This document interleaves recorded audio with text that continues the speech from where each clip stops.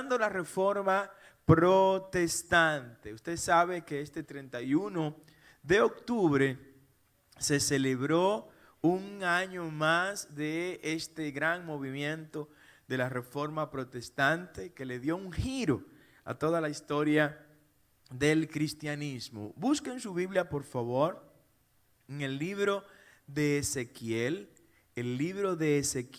capítulo 22, Ezequiel 22.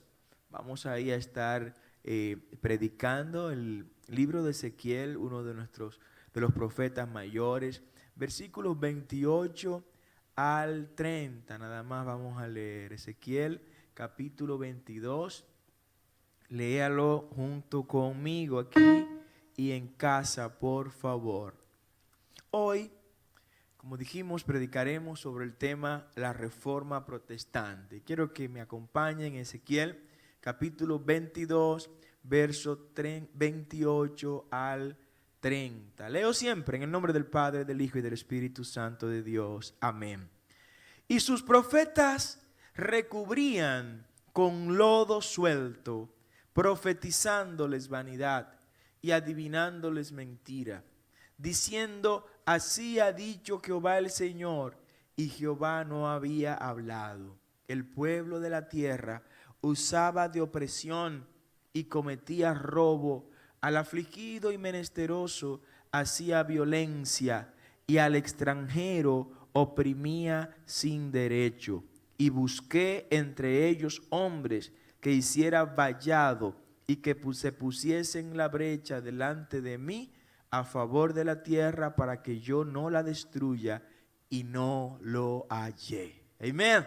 Gracias, Señor, por esta palabra. Tomen sus asientos. Miren, en el día de hoy hemos seleccionado este tema retomando la Reforma Protestante, por entender que hay muchas cosas de este movimiento reformador que tenemos nosotros que retomar, que tenemos nosotros que asumir nueva vez. Cuando hablamos de este movimiento reformador, tenemos que hablar obligatoriamente de lo que provocó esta Reforma Protestante. ¿Qué fue lo que movió a los reformadores a abrazar la Reforma Protestante? Bueno, la Iglesia de Cristo, nacida en la cruz del Calvario, la Iglesia de Cristo perseguida, humillada, la Iglesia de Cristo negada a los placeres de este mundo, a los pecados de este mundo, a la vanagloria de este mundo. Por décadas fue muy perseguida, por siglos fue muy perseguida. Incluso desde que nació en medio de persecuciones. Por eso algunos no esperamos que haya gran persecución o una gran tribulación, porque la iglesia ha vivido todo el tiempo en una gran tribulación, y esa gran tribulación que la Biblia habla de ella, pues estamos convencidos que no le tocará a la iglesia vivirla, porque ya la iglesia ha atravesado todas las tribulaciones habidas y por haber, y no necesita otra gran tribulación para ser probada en su carácter. Este periodo antes de este movimiento reformador, que tuvo su punto más elevado en el año 1517, allá en Wittenberg, Alemania, cuando se clavó Lutero, monje católico, clava esas 95 tesis allá en el Palacio de Wittenberg, o la Catedral de Wittenberg, como algunos prefieren llamarle. Pues ahí el movimiento reformador tiene su punto histórico cúlmine, o más importante, porque es cuando ocurre el gran golpe. Pero antes de eso ya había movimientos, ya había manifestaciones de gente que amaba a Dios, que amaba la palabra, que amaba el evangelio, y que estaba preocupado por lo que estaba viendo. Estaba viendo que la iglesia de Cristo, de ser una iglesia de gente humilde y donde el Espíritu Santo era que decía quién iba a dirigir. Ustedes recuerdan cuando el Espíritu Santo en la iglesia primitiva ordenaba: apártame a Pablo y a Bernabé al ministerio. Era el Espíritu Santo que escogía a la gente. Cuando escogieron al sustituto del traidor de Judas el Iscariote, que fue a Matías, ¿lo recuerdan? Bueno, el Señor fue que dijo, escójanme a Matías para que sustituya a Judas. Cuando escogieron los diáconos, entre ellos Esteban, ¿quién fue que lo escogió? Fue el Espíritu Santo que dijo, escójanme a los diáconos. Bueno, la iglesia, transcurrido varios siglos, antes del siglo IV, se deformó, se transformó en una institución en la cual lamentablemente quienes seleccionaban a los que iban a dirigir en la iglesia, a los que iban a fungir de pastores, ya no era el Espíritu Santo, sino que era el apellido, el abolengo, de dónde venía la persona. Antes del siglo IV es bueno saber que la iglesia vivió siglos de persecución, que nos escondíamos en las cuevas, en las catacumbas, para que el imperio romano no nos matara. Antes de ese siglo IV, pues lamentablemente la iglesia no podía predicar en público como hoy lo estamos haciendo acá. Vivíamos en extrema hostilidad, en extrema persecución. Pero ¿qué ocurre? Ocurre que en el siglo IV mismo hay un matrimonio entre la iglesia y el Estado. Y bajo el imperio romano, con Constantino I o Constantino el Grande a la cabeza, pues se decide abrazar al cristianismo como la religión oficial de Roma. Este matrimonio trajo grandes problemas en el siglo IV a la iglesia de Jesucristo, pues ya cambiaron las reglas. Ahora el que iba a ministrar en la iglesia no era el que más comunión con el Espíritu Santo tenía, sino el que estaba más pegado con el Papa de entonces, con el arzobispado de entonces, con el colegio cardenalicio de entonces. Y empezamos a ver en las iglesias corrupción, en los templos empezamos a ver corrupción, empezamos a ver tráfico de influencia para dirigir en la iglesia, y la iglesia se corrompió. La iglesia estuvo corrompida a tal manera que a quienes se tenía como cabeza de la iglesia en la tierra se le encontró y se le descubrió hijos con varias mujeres al mismo tiempo. De hecho, de ahí viene la palabra nepotismo. La palabra nepotismo viene de un término latino, italiano, que es nepo, que es sobrino, ¿no? Como no podían decir los cardenales que ese era mi hijo, le decían que era mi sobrino. Como no podían decir los papas que ese era mi hijo, le llamaban sobrino. Entonces ponían a sus sobrinos en todos los cargos claves de la iglesia. De ahí es que viene el concepto que ahora se conoce como nepotismo, que es poner a sus familiares en las posiciones públicas o privadas y ponerle a dirigir sin tener los méritos, sencillamente porque tienen vínculos familiares. Ese es el origen de ese concepto que hoy se utiliza. Y en esos tiempos, todo el que se rebelaba contra ese estado de cosas sufría grandes persecuciones. Lo calificaban de hereje. De hecho, surgió un tribunal eclesiástico que a nivel internacional, con todo el poder, condenaba a quienes no coincidían con lo que la iglesia romana de entonces establecía. Ese tribunal se le llamó la Santa Inquisición. Y la Inquisición pues se llevó a mucha gente buena, a mucha gente del reino, a gente que lo único que quería era volver a la palabra. Cuando ustedes escuchen hablar de la reforma protestante, de lo que se está hablando es de regresar a la Biblia, de regresar al texto, de olvidarse de todo lo demás si está en contra de lo que el texto sagrado dice, y abrazar al texto de manera innegociable. En ese trayecto nos encontramos con mucha gente que entregó su vida. Nos encontramos con un Tertuliano, con un Justino, con Eusebio, con Orígenes. Nos encontramos con uno que hasta profetizó la llegada de Martín Lutero, y se trata de Juan Hus. Juan Hus, mientras estaba siendo incinerado, condenado precisamente por querer volver a la Biblia, dijo: ustedes están ahora matando y quemando a un ganso, refiriéndose a él. Hus en alemán es eso, un ganso. Están quemando un ganso, están matando un ganso, pero 100 años después de mí nacerá un cisne contra el cual nada podrán hacer. ¿Y saben qué? 100 años después estaba Lutero clavando las 95 tesis allá en el Palacio de Wittenberg, Alemania, cumpliendo con la profecía que 100 años antes se había declarado en su favor. Amén. Entonces todo esto va abonando, y así mismo lo decían. Decían una frase que repetimos mucho: cuando un dictador muere, termina su reinado, pero cuando muere un mártir, comienza su reinado. Y eso era lo que abrazaban estos grandes hombres de Dios.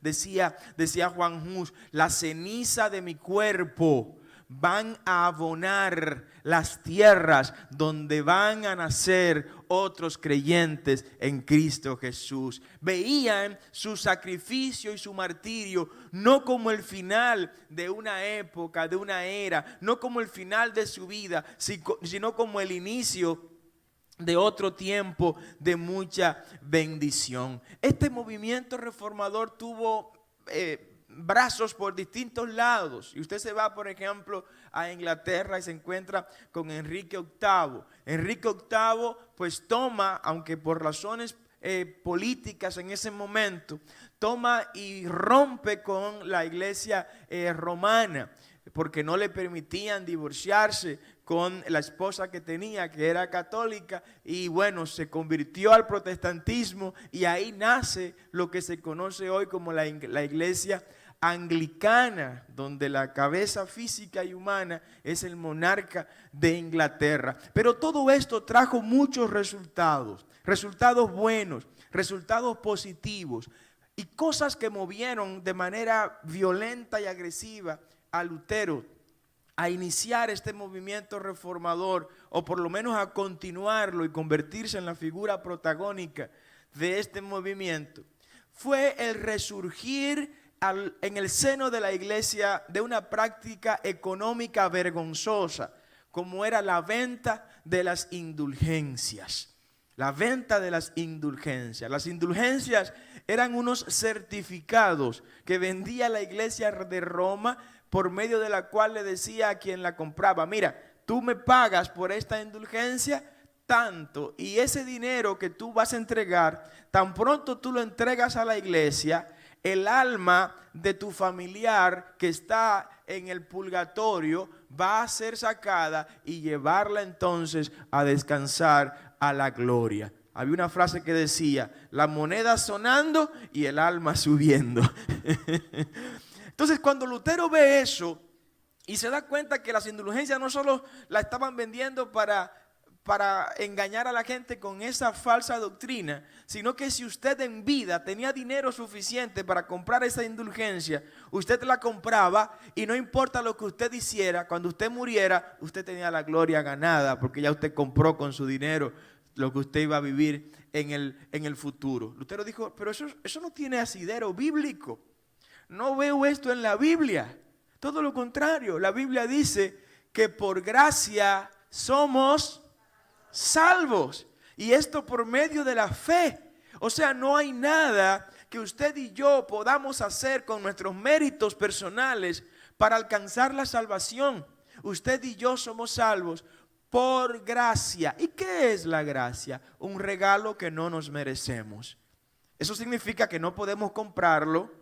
Significa que no podemos pagar por eso. Significa que por más que usted ore y ayune, usted no va a alcanzar la salvación porque usted ora y ayuna. No, usted ora y ayuna porque ya usted es salvo. Dele ese aplauso fuerte al Señor. Usted diezma y ofrenda porque usted es salvo. Usted viene a la iglesia porque usted sabe que la iglesia le confirma esa salvación, usted presentándose acá. Entonces Lutero ve todo esto y empieza a enfrentar a Roma, no para hacer otra iglesia. Es bueno que conozcamos eso. El deseo de los reformadores nunca fue hacer otras iglesias. No fue construir otras denominaciones, no. El deseo de los reformadores era ese: reformar la iglesia, modificar lo que estaba ocurriendo ahí. Que mientras la gente pobre y humilde en las calles de Alemania estaban muriendo de hambre. Lutero va al Vaticano, va a Roma y ve la opulencia con la que viven en Roma. Y dice, pero ¿cómo es posible? Esto no se corresponde con el humilde carpintero de Nazaret. Esto no se corresponde con el que dijo, el Hijo del Hombre no tiene en qué recostar su cabeza. Y todo esto pues trabajó mucho en este monje católico, hasta que no aguantó más. Hasta que después de hablar con todo el que tenía que hablar, no se le hizo el caso debido, sino que se le comenzó también a tipificar como hereje y se le comenzó a perseguir y a cuestionar, inclusive siendo él un maestro en términos teológicos, hermenéuticos, exegéticos, envidiable e insuperable en su época. O sea, Lutero no era un agitador cualquiera, era un maestro, un biblista o un teólogo del más alto nivel. Entonces, al ver que gente que tenía menos nivel que él en términos de conocimiento estaban cuestionando lo que él estaba haciendo, dijo, bueno, no nos queda ninguna otra alternativa que no sea establecer claramente y en público las cosas en las que nosotros creemos. Y eso fueron las 95 tesis, son 95 puntos doctrinales bíblicos que Lutero entendía que tenían que revisarse.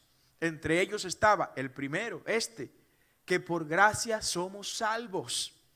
Que por gracia somos salvos. Podemos brincar, patalear y todo lo demás, y la salvación nos la dio Cristo. Evidentemente, el mismo texto bíblico nos dice, retén lo que tienes para que ninguno tome tu corona. Con eso lo que estoy predicándote es que no es verdad que eres salvo hoy y salvo siempre. No, tú eres salvo, pero si te descuidaste, si dejaste de vivir la vida de integridad en el Señor, si dejaste de vivir en comunión con el Espíritu Santo, si dejaste de ser parte del cuerpo de Cristo, pues perdiste la salvación porque la soltaste. Por eso la Biblia te dice, retén lo que tienes para que ninguno tome tu corona. Ahí inicia ese 31 de octubre, y por eso al estar esta fecha tan cerca, estamos tratando este tema.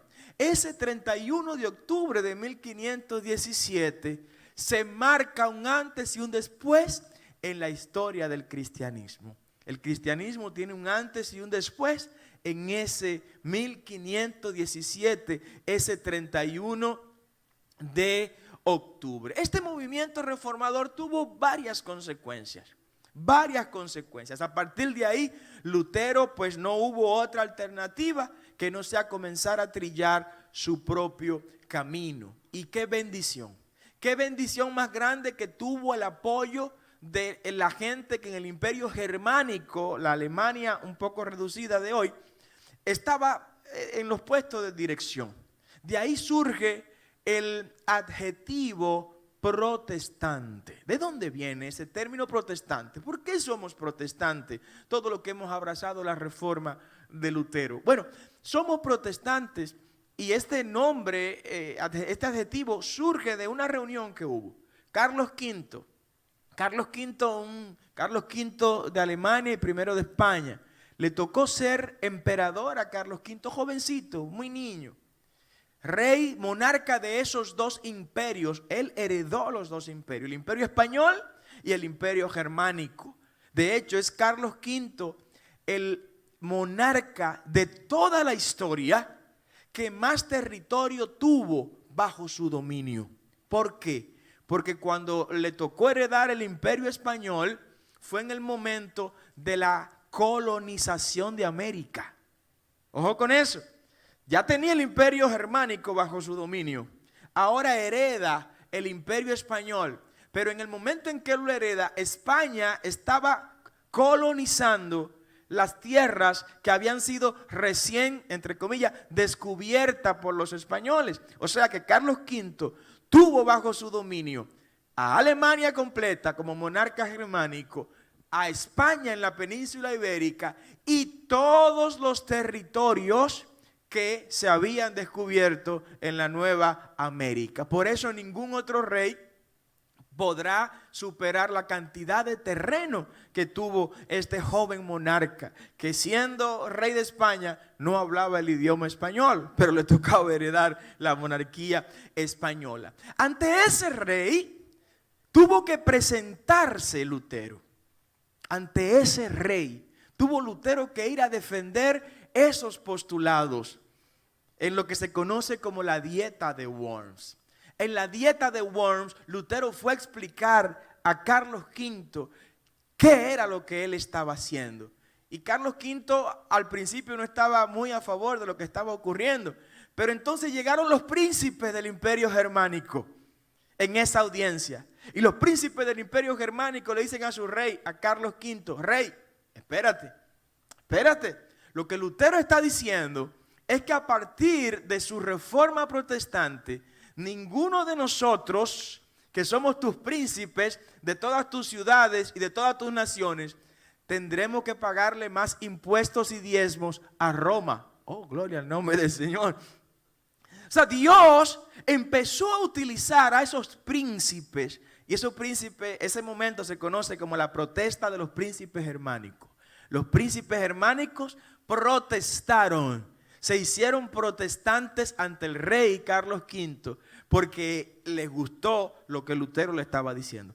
Lutero le estaba diciendo que según la Biblia, aquí no hay una cabeza humana de la iglesia, que la cabeza de la iglesia es Jesucristo. Amén. Y que a Él tenemos que honrar, servir, honrarle, diezmarle y ofrendarle. Entonces a los príncipes les gustó eso, porque los príncipes tenían que enviar mucho oro, mucho dinero, muchos beneficios, darle tierras, darle palacios, darle propiedades a Roma por concepto de los diezmos y de las ofrendas. Entonces los príncipes le preguntaron a Lutero, Lutero, entonces si nos hacemos protestantes, ya no tenemos que darle más nada a Roma. Digo, no, ya no tienen que darle más nada a Roma. Y ahí Lutero consiguió con eso el apoyo de todo el principado del Imperio Germánico, y lo abrazaron y asumieron la reforma protestante como un asunto de Estado. Es que yo no quiero ver a los príncipes, quiero ver a Dios obrar. Dios utilizó esa estructura geopolítica, ¿para qué? Para que esos príncipes abrazaran los nuevos postulados que no eran tan nuevos. Eran postulados bíblicos, pero que se necesitaba de un apoyo fuerte para que volvieran esos postulados a recorrer las calles conocidas en ese momento. Ya ustedes pueden ver cómo la reforma protestante de ese 1517, de ese 31 de octubre, pues impactó en las decisiones tanto del monarca Carlos V como de los príncipes que le rodeaban. Pero también hubo un impacto sociopolítico que trajo esa reforma protestante. Esa reforma protestante no se limitó al aspecto espiritual, al aspecto de la fe, no. Ese movimiento fue tan grande que promovió, oigan qué cosa, una división entre la iglesia y el Estado. El Estado y la iglesia tienen que estar separados siempre. A partir de esa reforma protestante se estableció, no, en la iglesia de Cristo no manda el presidente. En la iglesia de Cristo no manda el rey. En la iglesia de Cristo no manda el monarca. En la iglesia de Cristo manda Cristo a través de su palabra. ¿Alguien puede darle un aplauso al Señor por eso? Claro. Porque se estaban dando los cargos en las iglesias como si fueran cargos políticos. Y fornicarios estaban predicando, y adúlteros estaban enseñando en la iglesia, y gente que estaban matando a otras personas estaban dirigiendo en la iglesia. Entonces, esa no es la iglesia de Jesucristo. En la iglesia de Jesucristo, el Espíritu Santo es que lo guía.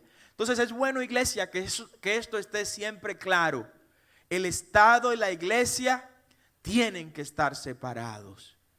Aunque quien gobierne sea cristiano, él sabe que él no es el jefe de la iglesia.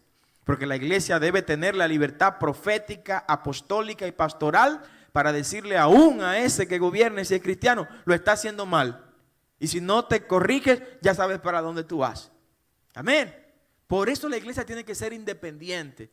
Y si tenemos 2000 años de pie, es porque hemos sido independientes de todo lo humano y dependiente absolutamente de Dios y de su eterna providencia. Si yo fuera tú, le diera un aplauso fuerte al Señor.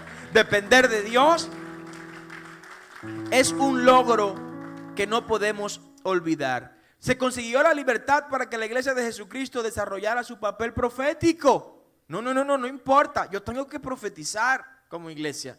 Tengo que decir la verdad, aunque no le guste a quienes gobiernen. Ese es su rol de la iglesia. Luchó abiertamente contra la injusticia social que se fomentaba en la iglesia. En la iglesia había mucha injusticia social. ¿Saben por qué?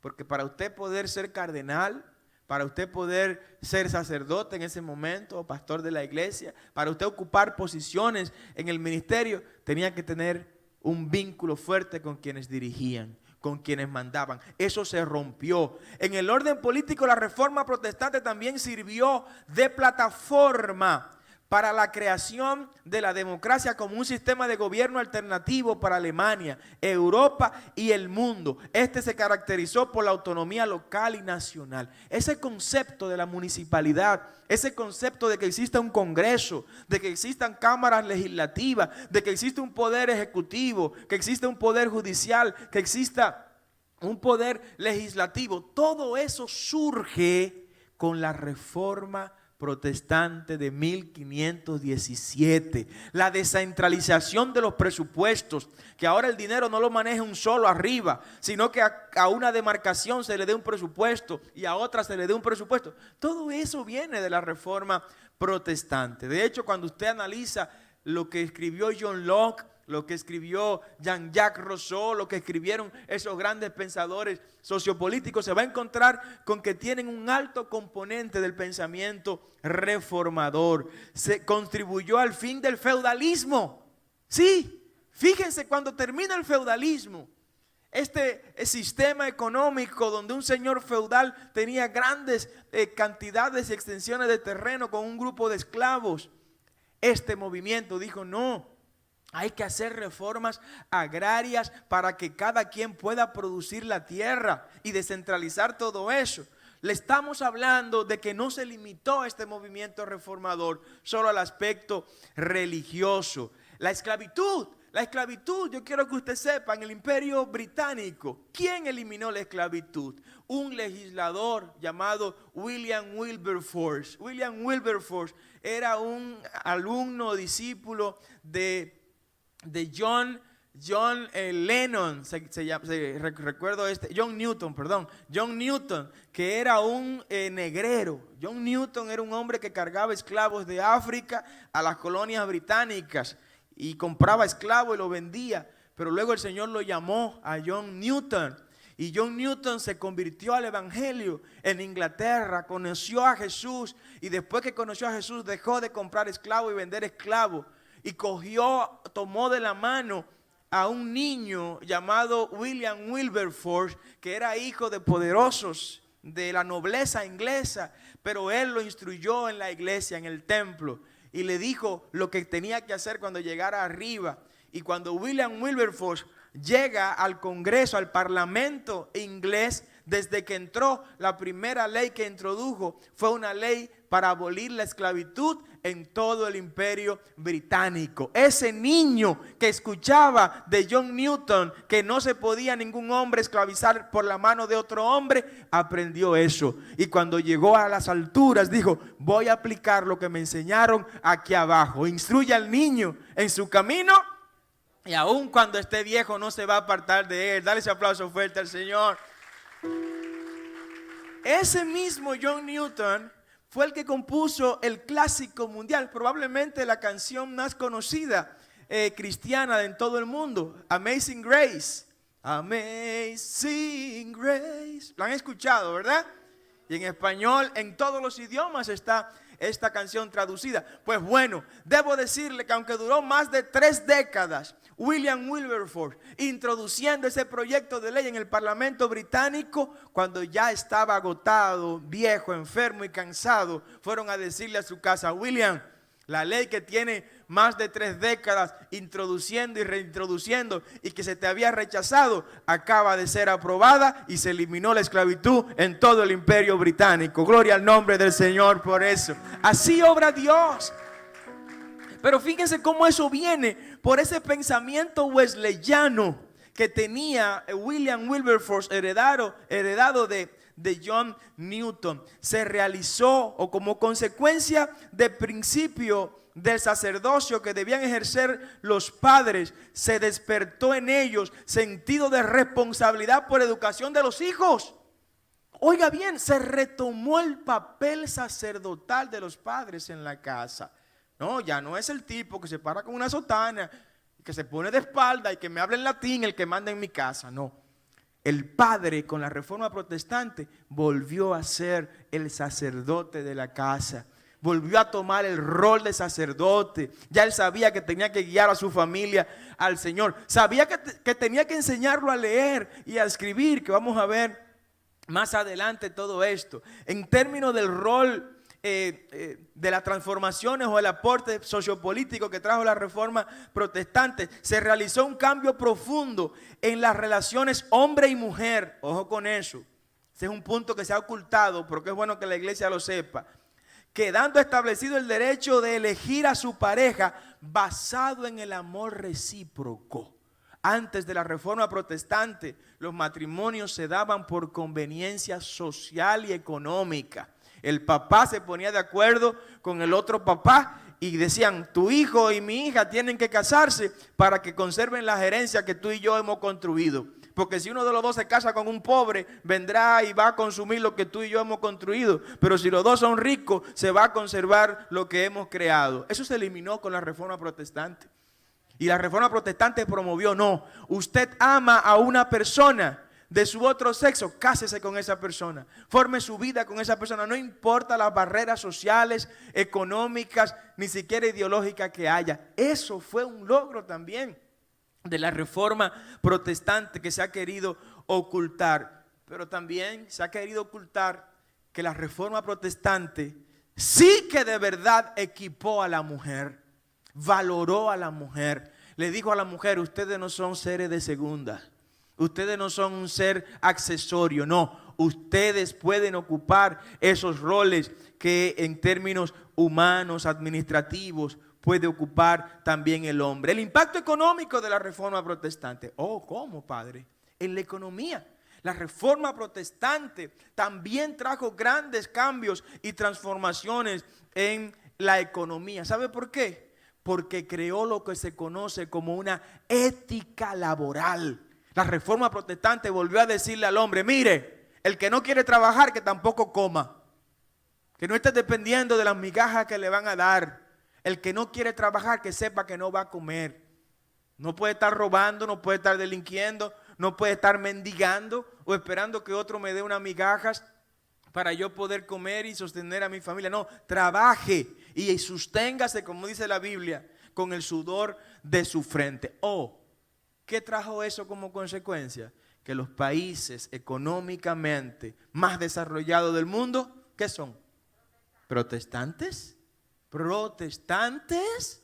Investiguen Alemania, investiguen la Europa que está de pie, investiguen los países nórdicos, investiguen Norteamérica, tanto Canadá como el mismo Estados Unidos. Y se van a dar cuenta que las naciones económicamente prósperas, no de ahora, sino desde mucho tiempo, tienen su vínculo con la reforma protestante, porque ahí se le enseñó a la gente que tiene que trabajar. Lutero escribió una obra que se llama Comercio y Usura. En esa obra, Comercio y Usura, Lutero plantea responsabilidad económica para con los bancos, para que la gente presta. La gente que preste, que no lo haga con usura, para que la gente cuando vaya a consumir, consuma con responsabilidad, con criterio y no para derrochar lo que Dios lo ha entregado. Se opuso la reforma protestante a la opulencia, al despilfarro.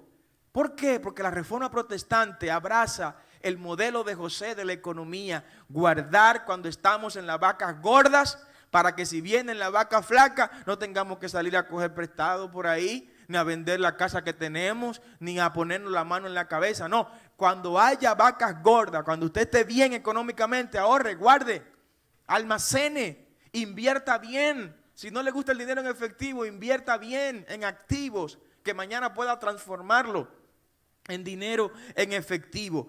El impacto de la reforma protestante en la educación, en la intelectualidad y en las artes fue increíble. Fue increíble cómo la reforma protestante relanzó las artes, relanzó la ciencia, relanzó el conocimiento. Antes de la reforma protestante era hasta una herejía, era hasta algo que quien lo hacía sabía que lo estaba haciendo hasta en contra de la iglesia de entonces. ¿Qué cosa era? El investigar el mundo exterior, porque eso estaba vedado por la religiosidad. La reforma protestante dijo, no, todo lo que Dios ha creado, Él lo creó y quiere que nosotros lo conozcamos. Esas estrellas, esos planetas, esos mundos que pueda haber por ahí, vamos a explorarlo. Por eso usted se da cuenta que mucho de la gente que está vinculada a este mundo de la ciencia también tiene ese compromiso con el protestantismo. Fraguó la moderna lengua alemana. Aquí le voy a hablar. El idioma alemán como idioma institucionalizado, nace con la reforma protestante. Antes de Lutero y de esas 95 tesis y de la traducción de la Biblia que hizo Lutero al alemán, lo que había eran muchos dialectos en toda Alemania. Cada pueblecito tenía un dialecto particular. Lutero tomó la Biblia, la tradujo al alemán, y esa Biblia traducida al alemán fue el texto que consolidó el idioma alemán como el idioma de Alemania. Oh, gloria al nombre del Señor. Lo mismo que ocurrió en Italia con Dante Alighieri y la obra La Divina Comedia. Constituyó por primera vez la primera obra escrita en el idioma italiano. Antes había latín y una serie de dialectos ahí en la península italiana. Y dice, no, ahora es el italiano. Lo mismo hizo Lutero con la Biblia al traducirla al alemán. Fíjense todo lo que Dios nos trajo con la reforma protestante. Se hizo también, se amplió, y aquí quiero hablar ya de la educación. Este movimiento reformador, como estaba obligado a alfabetizar, la educación fue clave en este movimiento. Clave para el éxito de la reforma protestante. Yo quiero que usted sepa que antes de la reforma protestante, más del 90% de Europa era analfabeto. No sabía leer ni escribir.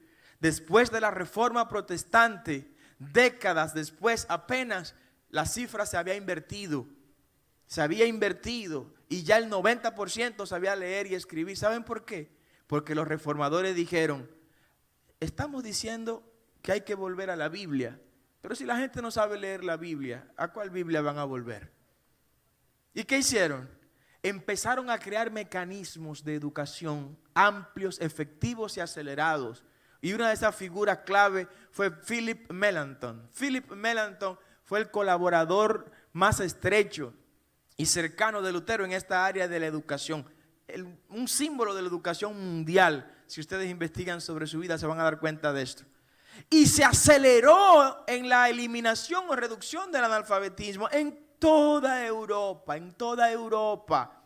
Por eso, cuando usted se da cuenta de quiénes fueron en el año 1610 a las costas de Massachusetts, allá en el Plymouth, allá en la costa de Plymouth, en el buque Mayflower, quienes fueron protestantes, educados, formados y listos para formar.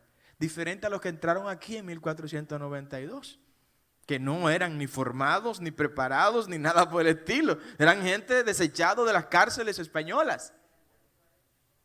¿Entienden la diferencia, verdad? Entonces quienes llegan allá, llegaron a fundar universidades. ¿Cómo cuáles? Como Harvard. Fundado por John Harvard, un pastor evangélico. Universidades como Yale, fundada por misioneros evangélicos. Amén. Y si nos quedamos en el viejo mundo, Princeton, fundada por la gente que amó y que abrazó el protestantismo. Entonces ahí usted ve la gran diferencia, ¿verdad? En la educación de nuestros pueblos. Los reformadores le dieron un giro a la educación mundial. Se dio una liberalización y encauzamiento de la creatividad, de las artes, de la educación y de todo esto, todo este tema. Ahora, en el aspecto geopolítico hubo un punto importante. ¿Qué cosa? Lo que tiene que ver con las colonizaciones de nuevas tierras. Porque en el momento en que nace la Reforma Protestante, 1517, el descubrimiento de América fue en 1492. O sea, ni 2 décadas habían transcurrido. Estaba recién llegado los europeos al nuevo continente, al nuevo mundo. ¿Esto qué hizo? Esto logró que también la Reforma Protestante se metiera entre los colonizadores. Yo quiero que usted sepa que las primeras Biblias protestantes que circularon en la isla española, ¿sabe quién la trajo? Un hijo de un pastor anglicano. ¿Y sabe cuál era el nombre de ese muchacho? Sir Francis Drake. Francis Drake. Francis Drake era hijo de pastores ingleses, ¿no? Lo conocen y la historia nos lo ha vendido como el pirata saqueador que venía a robarse para llevarse todo para la corona inglesa. Era hijo de pastor. Y cuando vino aquí, que pasó por la isla española, dejó Biblias protestantes. La Biblia del King James, el rey Jacobo, dejó esas Biblias acá. Y cuando la encontraron los españoles, las recogieron todas y la quemaron. Entonces usted se da cuenta que esto también llegó a ser parte de todo este proceso de colonización. Bendecimos a Dios por esta reforma protestante. Bendecimos a Dios por Lutero y toda esta gente que se comprometió a hacernos volver a la palabra. Volver a la palabra. Solo la palabra. Solo las escrituras. Solo la gracia. Y solo Jesucristo. Denle ese aplauso fuerte al Señor en esta hora. Y hoy recordamos a la iglesia que tenemos ese gran compromiso de seguir amarrado a la palabra. Estamos hablando en el día de hoy sobre el retomar la reforma protestante. Retomando la reforma protestante. Que ustedes saben que el 31 de octubre de 1517 pues se clavaron las 95 tesis allá en el Palacio de Wittenberg, Alemania, por el monje católico Martín Lutero. Y por estar celebrándose esta fecha, quiero compartir este mensaje en el día de hoy. Ya hemos visto las causas y consecuencias de la reforma protestante en la parte A de este mensaje. Ahora queremos hablar de manera un poco concentrada sobre la necesidad de una nueva reforma. Se necesita una nueva reforma de la iglesia de Jesucristo, una reforma que venga caracterizada primero por la construcción y la reconstrucción del templo.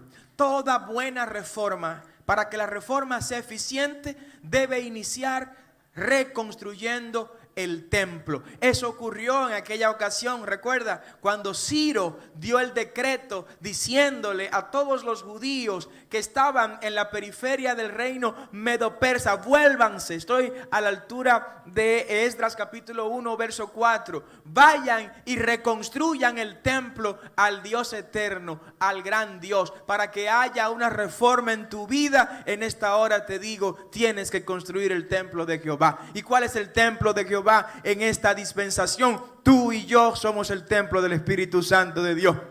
Tú y yo somos el tabernáculo de Dios. En ti, en mí mora el Espíritu Santo de Dios. Por lo cual tú no eres cualquier cosa, ni tu cuerpo puede ser utilizado para cualquier cosa, porque en ti habita, oye bien iglesia, el eterno Dios de Israel. Tribútale ese aplauso fuerte al Señor en esta hora. Amén.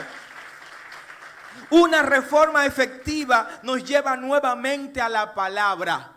Si hay una reforma de verdad que funciona, esa reforma tiene que devolvernos a la palabra. La reforma protestante de 1517 tenía entre su postulado solo la palabra. No me vengan con paquitos, no me vengan con historietas, no me vengan con cómics, no me vengan con mitologías. Háblenme de la palabra, predíquenme la palabra, enséñenme la palabra. La palabra es lo que nos va a guiar a Dios. La palabra es lo que nos va a conocer a Dios y conocer de Dios, porque son dos cosas diferentes. Hay quienes conocen de Dios porque saben hablar de la palabra, pero no conocen al Dios de la palabra. Hay que conocer al Dios de la palabra y conocer también del Dios de la palabra. Eso lo hizo Esdras. Cuando Esdras llega a Israel, lo primero que hace allá a la altura del libro de Nehemías capítulo 8 es convocar al pueblo a la plaza pública, y en la plaza pública hablarle: hemos pecado. Según la ley de Moisés hemos fallado, nos hemos olvidado del Dios de nuestros padres. Y dice la Biblia que después de dar la palabra vino un tiempo de reconciliación. Para que haya esa reforma efectiva en nuestras vidas, tenemos que volver a la palabra, volver a leer la Biblia. La Biblia no es solo para traerla a la iglesia los domingos y los miércoles. La Biblia es un libro de cabecera de todo creyente. Hay que explorarla todos los días. Si no tiene un programa de lectura, coja el programa de lectura de la iglesia. Si no quiere el de la iglesia, lea por lo menos un proverbio, un capítulo de los proverbios todos los días, que tiene 31 capítulos el libro de Proverbios. Unos pocos iniciarán la reforma. No te preocupes si estás solo en esa reforma. No te preocupes si no ves mucha gente en ese proceso de reforma, porque siempre son unos pocos los que inician la reforma. Pero la victoria está reservada para esos pocos que inician la reforma. Dios no es un Dios de cantidades. Dios es un Dios de calidades, y Él con la calidad va a provocar que venga la cantidad. Pero no podemos hacerlo al revés. Trata de ser calidad, y la cuestión de cantidad es asunto de tiempo. Tranquilo. Si tienes calidad, si eres un buen profesional, no te preocupes mucho, porque no estás viendo todos los ingresos ahora. Haz con profesionalismo lo que haces y verás cómo vendrán los contratos, cómo va a llover los proyectos, cómo van a llover las contrataciones, porque tu calidad te va a traer cantidad en tu vida. Dale ese aplauso fuerte al Señor. Para que la reforma funcione, iglesia, hay que iniciar reconociendo la condición real en la que nos encontramos. Si no reconoces cómo te encuentras, la reforma real no va a llegar a tu vida. Tienes que reconocer: yo cojeo de esta pata. Es que a veces se me zafan las mentiras. Es que a veces la mano se me descarría y le doy golpe al que está a mi lado. Es que a veces el bolsillo se me descarría y cuando tengo que ofrendar y diezmar, como que se me cierra el bolsillo y no lo encuentro. Es que a veces se me extravían y se me descarrían los pies, y cuando cojo para la iglesia, que cojo, no me quedo y me pierdo con unos amigos a jugar dominó por ahí. Sí. Entonces vamos a tomar control, dominio propio de lo que Dios nos ha entregado, reconociendo en qué hemos fallado. Me encanta lo que Nehemías le dijo, lo que dice la palabra en el libro de Nehemías. En el libro de Nehemías, capítulo 2, vete conmigo, versículo 17. Le dije pues: vosotros veis el mal en que estamos, que Jerusalén está desierta y sus puertas consumidas por el fuego. Venid y edifiquemos el muro de Jerusalén y no estemos más en oprobio. Nehemías reconoció que había problemas en los muros de Jerusalén, que había que reconstruirlo. Hasta que no reconozcas que necesitas reformar tu vida en términos reales, no vas a disfrutar el poder de la reforma en tu vida. Habrá oposición a la reforma. ¿Recuerda a aquellos enemigos y archienemigos que se le presentaron a Nehemías mientras estaba edificando? Sanbalat, Tobías y Gesem el árabe. se le presentaron. Siempre va a aparecer gente. Cuando vea que ya tú no eres el que te bebe el dinero de tu familia. Cuando vean que ya tú no eres el que te fumas el dinero de tu familia. Cuando vean que ya tú no eres el que va a jugar a los casinos el dinero que tienes que ahorrar para tu futuro. Los amigos con los que tú hacías eso anteriormente comenzarán a hacerte oposición. Cuando vean que en lugar de perder ahora el 150% de todo lo que tú tienes como ingreso, ahora te estás quedando con el 90% de todo lo que tienes como ingreso, porque estás dándole a Dios el 10% que le corresponde. Te van a atacar. ¿Pero por qué me atacas? Antes yo quedaba debiendo todos los meses y ahora no quedo debiendo porque ya no me bebo el dinero, porque ya no lo mujereo, porque no lo parrandeo, porque ahora estoy cumpliendo y honrando al Dios de Israel con mi compromiso financiero. Van a aparecer esos adversarios. Van a aparecer esos que se van a oponer a esa reforma en tu vida. No te detengas ni siquiera a responderle a esas personas. Hoy Dios nos está llamando a tiempos de reforma nueva vez. Nueva vez hay una convocatoria a que volvamos a la reforma. Y lo primero es que estamos llamados a vivir en una constante reforma personal, tú y yo. Tú y yo estamos convocados a vivir en una reforma permanente. Pablo, ¿cómo lo dice? El apóstol Pablo, vete conmigo. En la epístola a los Efesios, capítulo 4, verso 20 al 24. Dice, mas vosotros no habéis aprendido así de Cristo. Si en verdad lo habéis oído y habéis sido por él enseñados conforme a la verdad que está en Jesús, en cuanto a la pasada manera de vivir, despojaos. Haga conmigo así, despojaos del viejo hombre que está viciado conforme a los deseos engañosos. Y aquí viene el consejo apostólico que dice, y renovaos en el espíritu de vuestra mente. Pablo lo que está diciendo, muchachos, vivan en una permanente reforma. Refórmense cada día, refórmense para que el viejo hombre no vuelva a tomar dominio sobre su cuerpo. Denle ese aplauso fuerte al Señor. Estamos llamados a reformar el mundo. Ya te reformaste. Ahora vamos a reformar el mundo. Cristo nos envió a reformar el mundo. Evangelio de Marcos, capítulo 16, versículo 15 dice, y les dijo, id por todo el mundo y predicad el evangelio a toda criatura. El que creyere y fuere bautizado, ese será salvo. Ese es el llamado a reformar a los que están afuera. Reformar tu familia, tus primos, tus tíos, tus padres, tus amigos, tus familiares. Con esto concluyo este breve mensaje de este día. ¿Quién se pondrá en la brecha? ¿Quién es la persona con la que Dios cuenta en este tiempo para esta nueva reforma que necesita la iglesia de Jesucristo? Quiero decirte que ese eres tú y que ese soy yo. Levanta tu mano, di, Señor, yo estoy aquí. Ese soy yo. El libro de Ezequiel, capítulo 22, verso 28. Hay unas preguntas que el Señor formula en ese episodio bíblico.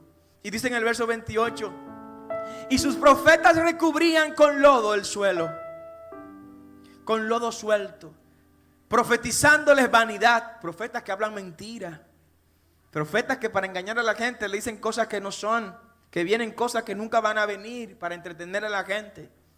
Y le dice la palabra, le predicaban vanidad y adivinaciones, mentira, diciendo, así ha dicho Jehová el Señor. Y Jehová no había dicho nada, no había hablado. ¿Alguien ha escuchado algo de eso? Jehová dijo esto, mentira, no dijo nada. Solo para impresionar y para engañar. Y dice el verso 29, el pueblo de la tierra usaba de opresión y cometía robo. Al afligido y al menesteroso hacía violencia, y al extranjero oprimía sin derecho. Y dice el Señor hablando en el verso 30 de Ezequiel capítulo 22, y busqué entre ellos hombre que hiciese vallado y que se pusiera en la brecha delante de mí a favor de la tierra para que yo no destruyese, y no lo encontré. Wow. El Señor estuvo buscando y hoy está buscando a esas personas. El Señor está buscando gente que pueda decir, Señor, heme aquí, yo voy a ser vallado. Yo me voy a poner en la brecha entre tú y los hombres y voy a iniciar la reforma. Ponte de pie en esta hora. Yo quiero que asumamos un compromiso de reforma en este día. quiero que hagamos un pacto de reforma en este día. Y ese pacto implica vivir de manera reformada permanentemente. Cuando hay reforma, no hay envejecimiento moral, no hay envejecimiento espiritual. Cuando hay reforma, estamos actualizados en el espíritu completamente y de manera permanente. Es nuestra oración que Dios te bendiga, te guarde y haga resplandecer su rostro sobre ti. Queremos invitarte a todos nuestros cultos en el Centro de Adoración Naco, todos los domingos a las 9 de la mañana y 11 de la mañana, así como los miércoles a las 6 de la tarde. Estamos ubicados en la avenida Roberto Pastoriza 115, esquina Alberto Larancuend, en el Ensanche Naco, en el mismo centro de la ciudad capital. Te esperamos junto a toda tu familia. Para oraciones y acompañamiento espiritual, puedes escribirnos al WhatsApp 829-893-2392 o contactarnos a través de todas las redes sociales del Pastor Carlos Peña como Carlos Pena RD o del Centro de Adoración Naco. Si has recibido bendición con la predicación de este mensaje, puedes escucharlo completo ingresando al canal de YouTube del Pastor Carlos Peña RD. Y si quieres ser parte del equipo de colaboradores gracias a los cuales has escuchado el programa Herederos de Bendición, puedes hacerlo enviando tus donaciones a Ministerios ITCAM a la cuenta del Banco de Reservas número 1601-130799 o a través de la cuenta de PayPal de Ministerios ITCAM, paypal.me/Ministerios ITCAM. Dios te bendiga y será hasta la próxima en otra entrega de tu programa Herederos de Bendición.